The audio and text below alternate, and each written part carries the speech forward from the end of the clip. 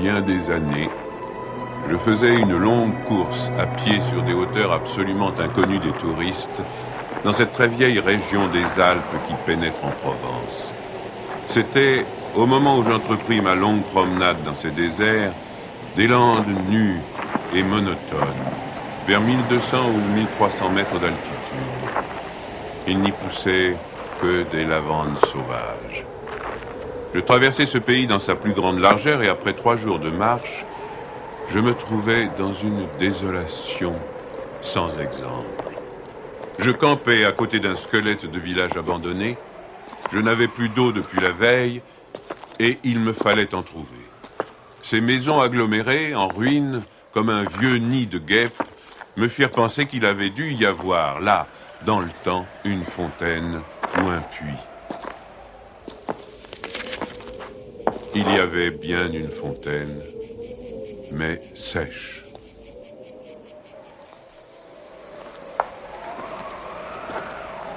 Les 5 à 6 maisons, sans toiture, rongées de vent et de pluie, la petite chapelle au clocher écroulé, étaient rangées comme le sont les maisons et les chapelles dans les villages vivants, mais toute la vie avait disparu. C'était un beau jour de juin, avec un grand soleil, mais sur ces terres sans abri et hautes dans le ciel, le vent soufflait avec une brutalité insupportable. Ces grondements dans les carcasses des maisons étaient ceux d'un fauve dérangé dans son repas. Il me fallut lever le camp.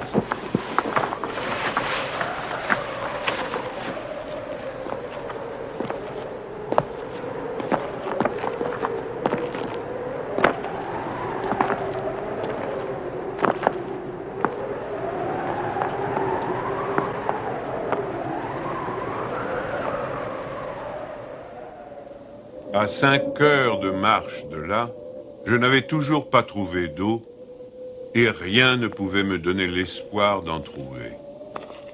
C'était partout la même sécheresse, les mêmes herbes ligneuses.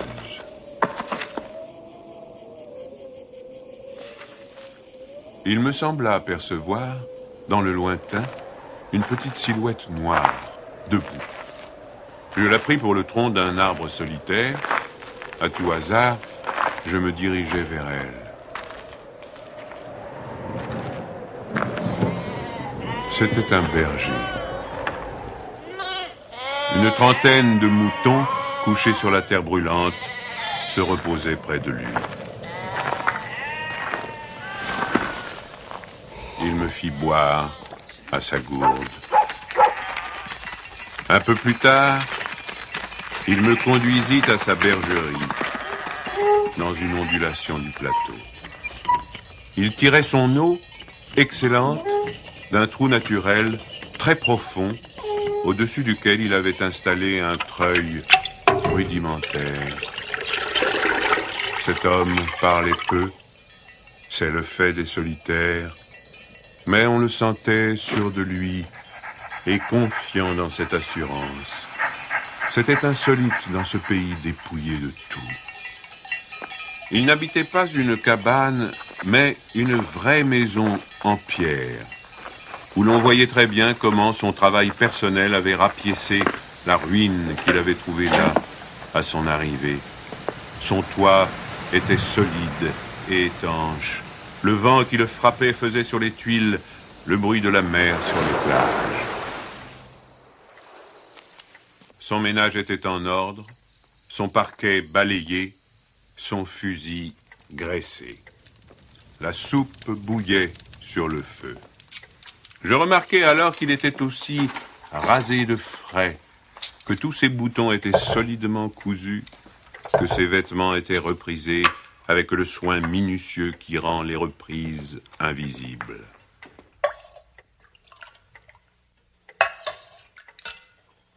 Il me fit partager sa soupe.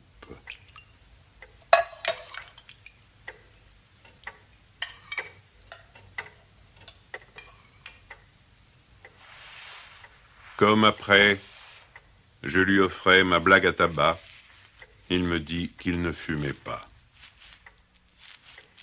Son chien, silencieux comme lui, était bienveillant, sans bassesse.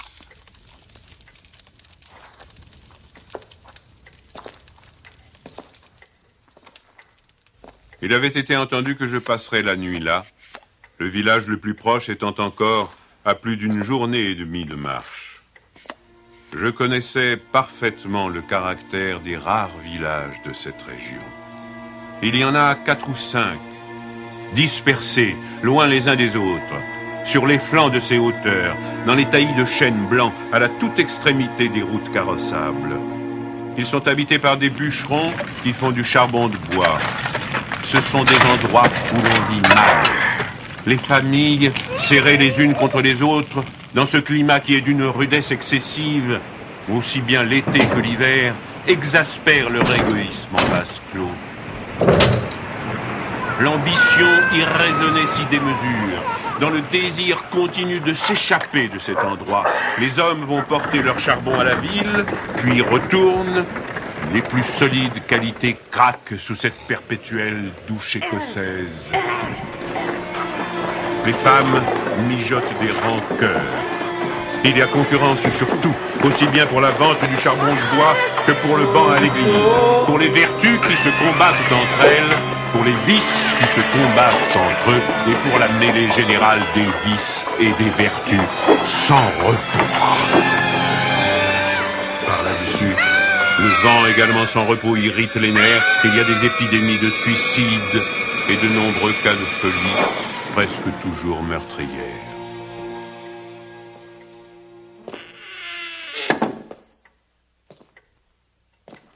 Le berger qui ne fumait pas alla chercher un petit sac et déversa sur la table un tas de glands. Il se mit à les examiner, un après l'autre, avec beaucoup d'attention, séparant les bons des mauvais. Je fumais ma pipe, je proposais de l'aider. Il me dit que c'était son affaire. En effet, voyant le soin qu'il mettait à ce travail, je n'insistais pas. Ce fut toute notre conversation. Quand il eut du côté des bons un tas de glands assez gros, il les compta par paquets de 10. Ce faisant, il éliminait encore les petits fruits ou ceux qui étaient légèrement fendillés, car il les examinait de fort près. Quand il eut ainsi devant lui 100 glands parfaits, il s'arrêta et nous allâmes nous coucher.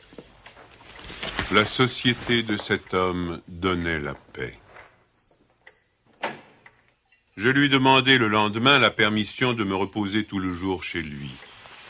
Il le trouva tout naturel, ou plus exactement, il me donna l'impression que rien ne pouvait le déranger. Ce repos ne m'était pas absolument obligatoire, mais j'étais intrigué et je voulais en savoir plus. Il fit sortir son troupeau et le mena à la pâture. Avant de partir, il trempa dans un seau d'eau le petit sac où il avait mis les glands soigneusement choisis et comptés. Je remarquai qu'en guise de bâton, il emportait une tringle de fer grosse comme le pouce et longue d'environ 1,50 m.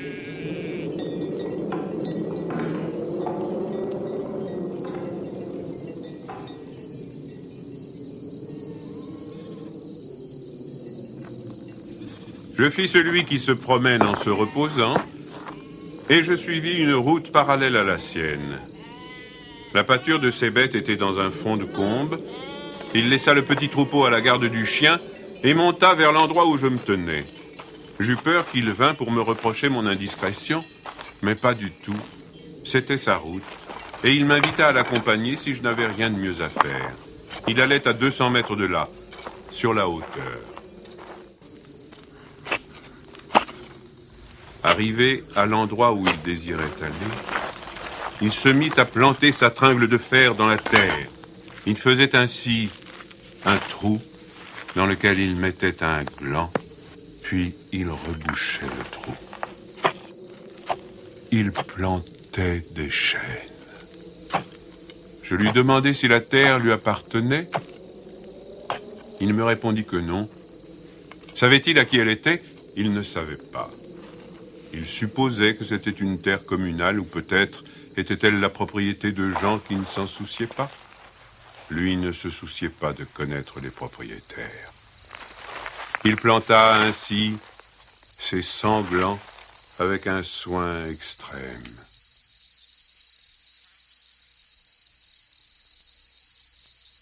Après le repas de midi, il recommença à trier sa semence. Je mis, je crois, assez d'insistance dans mes questions, puisqu'il y répondit. Depuis 3 ans, il plantait des arbres dans cette solitude. Il en avait planté 100 000. Sur les 100 000, 20 000 étaient sortis. Sur ces 20 000, il comptait encore en perdre la moitié du fait des rongeurs ou de tout ce qu'il y a d'impossible à prévoir dans les desseins de la Providence. Restaient 10 000 chênes qui allaient pousser dans cet endroit où il n'y avait rien auparavant. C'est à ce moment-là que je me souciais de l'âge de cet homme. Il avait visiblement plus de 50 ans. 55, me dit-il. Il s'appelait Elzéar Bouffier. Il avait possédé une ferme dans les plaines. Il y avait réalisé sa vie. Il avait perdu son fils unique, puis sa femme. Il s'était retiré dans la solitude où il prenait plaisir à vivre lentement avec ses brebis et son chien. Il avait jugé que ce pays mourait par manque d'arbres. Il ajouta que n'ayant pas d'occupation très importante, il avait résolu de remédier à cet état de choses. Mon jeune âge me forçait à imaginer l'avenir en fonction de moi-même et d'une certaine recherche du bonheur. Je lui dis que dans 30 ans, ces 10 000 chênes seraient magnifiques. Il me répondit très simplement que si Dieu lui prêtait vie, dans 30 ans, il en aurait planté tellement d'autres que ces 10 000 seraient comme une goutte d'eau dans la mer. Il étudiait déjà la reproduction des hêtres et il en avait près de sa maison une pépinière issue des faînes. Les sujets qu'il avait protégés de ses moutons étaient de toute beauté.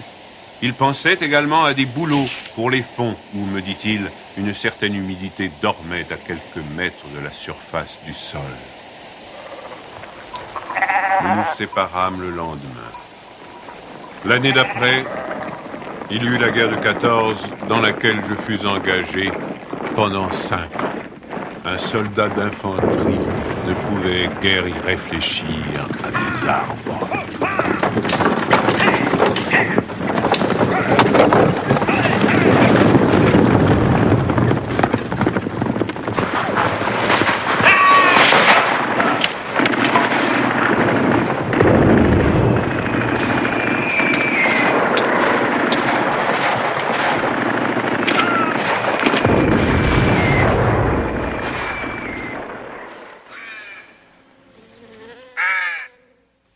Sorti de la guerre, je me trouvais à la tête d'une prime de démobilisation minuscule, mais avec le grand désir de respirer un peu d'air pur.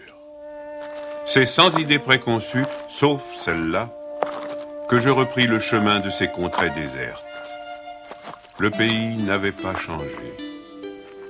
Toutefois, au-delà du village mort, j'aperçus dans le lointain une sorte de brouillard gris qui recouvrait les hauteurs comme un tapis. Depuis la veille, je m'étais remis à penser à ce berger planteur d'arbres. 10 000 chênes, me disais-je, occupent vraiment un très large espace. J'avais vu mourir trop de monde pendant 5 ans pour ne pas imaginer facilement la mort d'Elzéar Bouffier. D'autant que, lorsqu'on en a 20, on considère les hommes de 50 comme des vieillards à qui il ne reste plus qu'à mourir.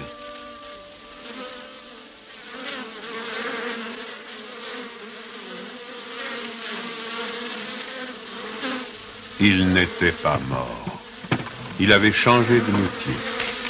Il ne possédait plus que 4 brebis, mais par contre, une centaine de ruches. Il s'était débarrassé des moutons qui mettaient en péril ses plantations d'arbres. Il ne s'était pas du tout soucié de la guerre. Il avait imperturbablement continué à planter. Les chênes de 1910 avaient alors 10 ans et étaient plus hauts que moi et que lui. Le spectacle était impressionnant. J'étais littéralement privé de parole. Et comme lui ne parlait pas, nous passâmes tout le jour en silence à nous promener dans sa forêt. Elle avait en 3 tronçons 11 kilomètres de long et 3 kilomètres dans sa plus grande largeur. Quand on se souvenait que tout était sorti des mains et de l'âme de cet homme, sans moyens techniques, on comprenait que les hommes pourraient être aussi efficaces que Dieu dans d'autres domaines que la destruction. Il avait suivi son idée. Et les hêtres qui m'arrivaient aux épaules, répandus à perte de vue, en témoignaient. Les chênes étaient drus et avaient dépassé l'âge où ils étaient à la merci des rongeurs. Quant au dessein de la Providence elle-même, pour détruire l'œuvre créée, il lui faudrait avoir désormais recours au cyclone. Il me montra d'admirables bosquets de bouleaux qui dataient de 5 ans, c'est-à-dire de 1915, de l'époque où je combattais à Verdun. Il leur avait fait occuper tous les fonds où ils soupçonnaient, avec juste raison, qu'il y avait de l'humidité presque à fleur de terre. Ils étaient tendres comme des adolescents et très décidés. La création avait l'air d'ailleurs de s'opérer en chaîne. Il ne s'en souciait pas. Il poursuivait obstinément sa tâche, très simple.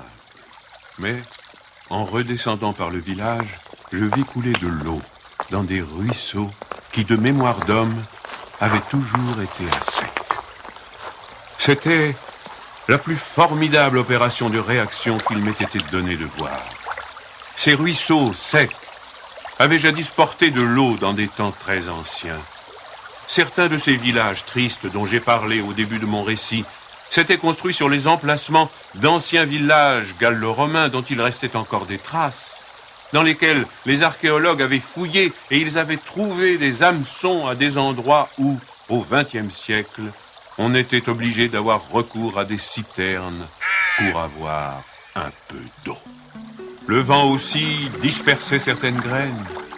En même temps que l'eau réapparut, réapparaissaient les saules, les osiers, les prés, les jardins, les fleurs et une certaine façon de vivre. Mais la transformation s'opérait si lentement qu'elle entrait dans l'habitude sans provoquer d'étonnement. Les chasseurs qui montaient dans les solitudes à la poursuite des lièvres ou des sangliers avaient bien constaté le foisonnement des petits arbres, mais ils l'avaient mis sur le compte des malices naturelles de la terre. C'est pourquoi personne ne touchait à l'œuvre de cet homme. Si on l'avait soupçonné, on l'aurait contrarié. Il était insoupçonnable.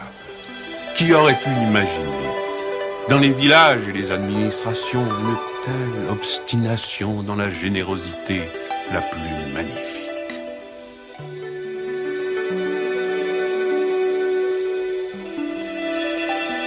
À partir de 1920, je ne suis jamais resté plus d'1 an sans rendre visite à Elzéar Bouffier. Je ne l'ai jamais vu fléchir ni douter. Et pourtant, Dieu sait si Dieu même y pousse. Je n'ai pas fait le compte de ses déboires. On imagine bien cependant que pour une réussite semblable, il a fallu vaincre l'adversité. Que pour assurer la victoire d'une telle passion, il a fallu lutter avec le désespoir. Pour avoir une idée à peu près exacte de ce caractère exceptionnel, il ne faut pas oublier qu'il s'exerçait dans une solitude totale. Si totale que, vers la fin de sa vie, il avait perdu l'habitude de parler. Ou peut-être n'en voyait-il pas la nécessité. En 1933, il reçut la visite d'un garde forestier éberlu. Ce fonctionnaire lui intima l'ordre de ne pas faire de feu dehors, de peur de mettre en danger la croissance de cette forêt naturelle. C'était la première fois lui dit cet homme naïf, qu'on voyait une forêt pousser toute seule. En 1935, une véritable délégation administrative vint examiner la forêt naturelle.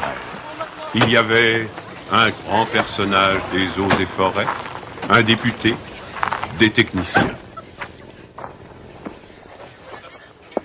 On prononça beaucoup de paroles inutiles, on décida de faire quelque chose et, heureusement, on ne fit rien.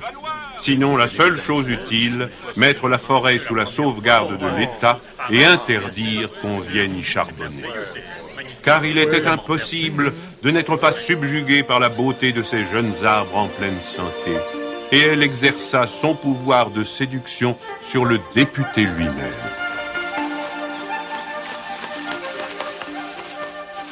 J'avais un ami parmi les capitaines forestiers qui était de la délégation. Je lui expliquai le mystère. Un jour de la semaine d'après, nous allâmes tous les deux à la recherche d'Elzéar Bouffier. Nous le trouvâmes en plein travail, à 20 km de l'endroit où avait eu lieu l'inspection. Ce capitaine forestier n'était pas mon ami pour rien. Il connaissait la valeur des choses. J'offris les quelques œufs que j'avais apportés en présent. Nous partageâmes notre casse-croûte en trois, et quelques heures passèrent dans la contemplation muette du paysage. Le côté d'où nous venions était couvert d'arbres de 6 à 7 mètres de haut. Je me souvenais de l'aspect du pays en 1913, le désert. Le travail paisible et régulier, l'air vif des hauteurs, la frugalité et surtout la sérénité de l'âme avaient donné à ce vieillard une santé presque solennelle. C'était un athlète de Dieu. Je me demandais combien d'hectares il allait encore couvrir d'arbres. Avant de partir, mon ami fit simplement une brève suggestion à propos de certaines essences auxquelles le terrain d'ici paraissait devoir convenir. Il n'insista pas. Pour la bonne raison, me dit-il après, que ce bonhomme en sait plus que moi. Au bout d'une heure de marche, l'idée ayant fait son chemin en lui, il ajouta « Il en sait beaucoup plus que tout le monde. Il a trouvé un fameux moyen d'être heureux. » C'est grâce à ce capitaine que non seulement la forêt, mais le bonheur de cet homme furent protégés. L'œuvre ne courut un risque grave que pendant la guerre de 1939. Les automobiles marchant alors au gazogène, on n'avait jamais assez de bois. On commença à faire des coupes dans les chênes de 1910, mais ces quartiers sont si loin de tout réseau routier que l'entreprise se révéla très mauvaise au point de vue financier. On l'abandonna.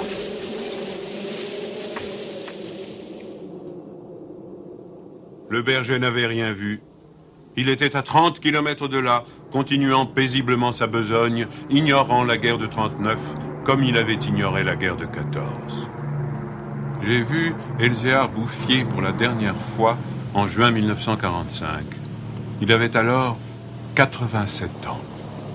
J'avais donc repris la route du désert, mais maintenant, malgré le délabrement dans lequel la guerre avait laissé ce pays, il y avait un car qui faisait le service entre la vallée de la Durance et la montagne. Je mis sur le compte de ce moyen de transport relativement rapide le fait que je ne reconnaissais plus les lieux de mes premières promenades. J'eus besoin d'un nom de village pour conclure que j'étais bien cependant dans cette région jadis en ruine et désolée.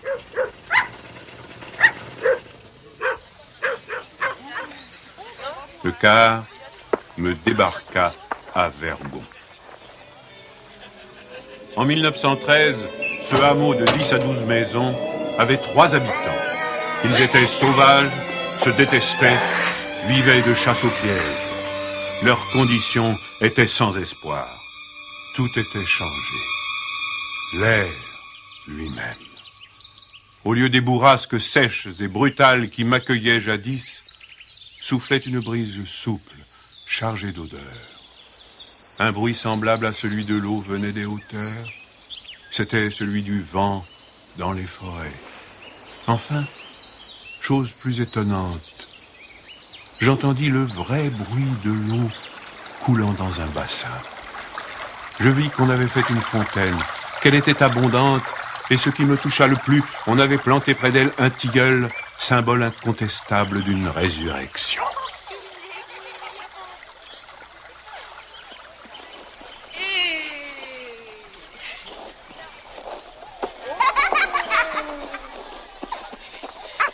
Par ailleurs, Vergon portait les traces d'un travail pour l'entreprise duquel l'espoir est nécessaire. L'espoir était donc revenu. On avait déblayé les ruines, abattu les pans de murs délabrés. Les maisons neuves, crépies de frais, étaient entourées de jardins potagers où poussaient, mélangés mais alignés, les légumes et les fleurs, les choux et les rosiers, les poireaux et les gueules de loup, les céleris et les anémones. C'était désormais un endroit où l'on avait envie d'habiter. À partir de là, je fis mon chemin à pied. La guerre dont nous sortions à peine n'avait pas permis l'épanouissement complet de la vie, mais Lazare était hors du tombeau. Sur les flancs abaissés de la montagne, je voyais de petits champs d'orge et de seigle en herbe. Au fond des étroites vallées, quelques prairies verdissaient.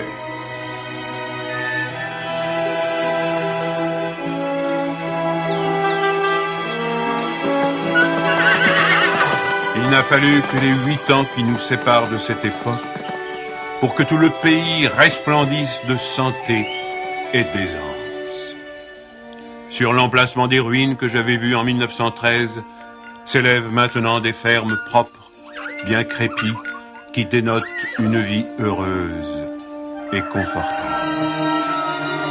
Les vieilles sources, alimentées par les pluies et les neiges que retiennent les forêts, se sont remises à couler. À côté de chaque ferme, dans des bosquets d'érables, les bassins des fontaines débordent sur des tapis de menthe fraîche. Les villages se sont reconstruits peu à peu. Une population venue des plaines où la terre se vend chère s'est fixée dans le pays, y apportant de la jeunesse, du mouvement, de l'esprit d'aventure. On rencontre dans les chemins des hommes et des femmes bien nourris, des garçons et des filles qui savent rire et ont repris goût aux fêtes campagnardes.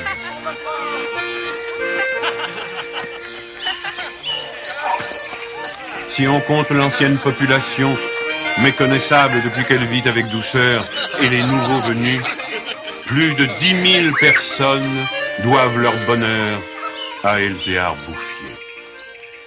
Quand je pense qu'un homme seul, réduit à ses simples ressources physiques et morales, a suffi pour faire surgir du désert ce pays de Canaan, je trouve que malgré tout, la condition humaine est admirable.